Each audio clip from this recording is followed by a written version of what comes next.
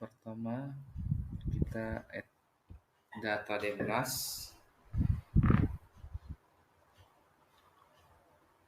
Setelah itu kita masukkan data area of interest.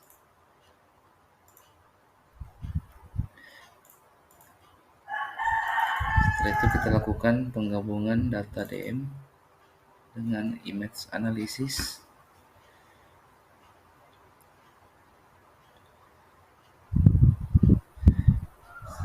Setelah DEM-nya sudah tergabung, kita hapus DEM yang sebelumnya.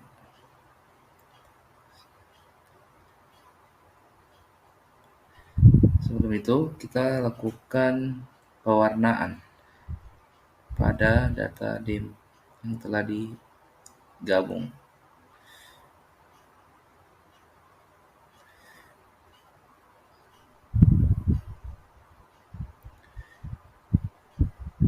Setelah itu, kita lakukan pemotongan berdasarkan AOI yang kita tentukan.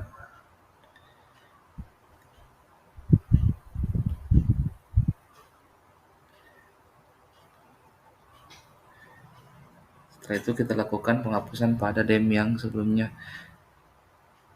telah diolah. Setelah itu kita lakukan pelabelan di sini memunculkan nama kecamatan pada area AOI. Sekian dan terima kasih.